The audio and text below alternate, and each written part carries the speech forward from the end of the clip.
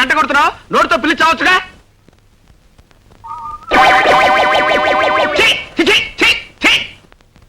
ఓరి నీ బద్దకం తగలడా?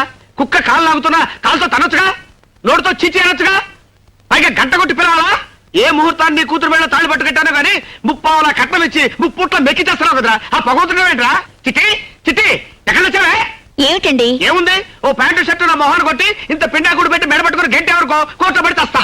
అబ్బా ఏమిటండి, వారం రోజుల నుంచి ఒకటే కోర్టు పిచ్చి, ఒక ముద్దు లేదు ముచ్చడం లేదు. ఆ ముద్దు ముచ్చట పెట్టుకుని కూర్చుంటే ఎట్లా కుదిరితే నీకు మీ నాన్నకి ఫుడ్ ఎట్లా వస్తుంది? నేను అర్జెంట్ గా సాక్ష్యం చెప్పాలని ఒకటి చూడాలి.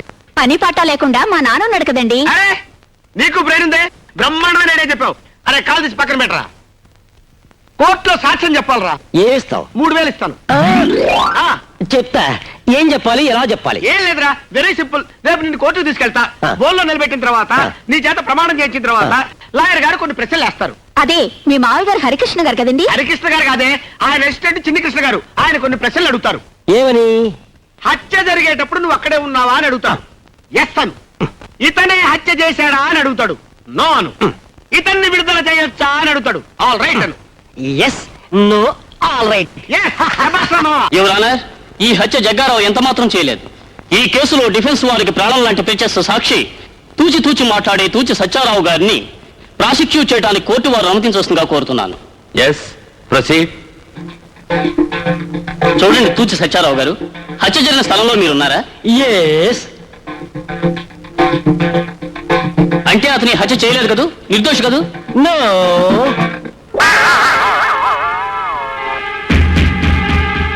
అంటే ఇతనే హత్య చేశాడు. శిక్ష వేయమంటారా? All right.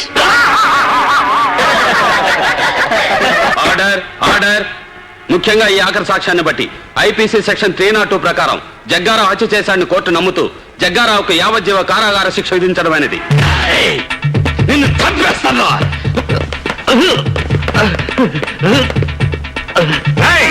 ఆ తూచిగాడితో సాక్ష్యం చెప్పించి నేను చంపుతాను రా. నువ్వు జైల్లో ఉంటావు కదా, ఎలా చంపుతావు? నేను జైల్లో ఉన్నా సరే, బెయిల్ మీద ఉన్నా సరే, నా వాళ్ళ చేత గాని నీ వాళ్ళ చేత గాని ఇంట బయట రైల్లో గాని రిక్షాలో గాని బస్సులో గాని కారులో గాని ముద్ద చేత గాని ముద్దు చేత గాని ఎక్కడ పడితే అక్కడ నువ్వు ఊహించని చోట ఊహించని విధంగా హత్య చేయిస్తా. త్వరలో నీ ప్రాణాలు గాల్లో కలుస్తాయి.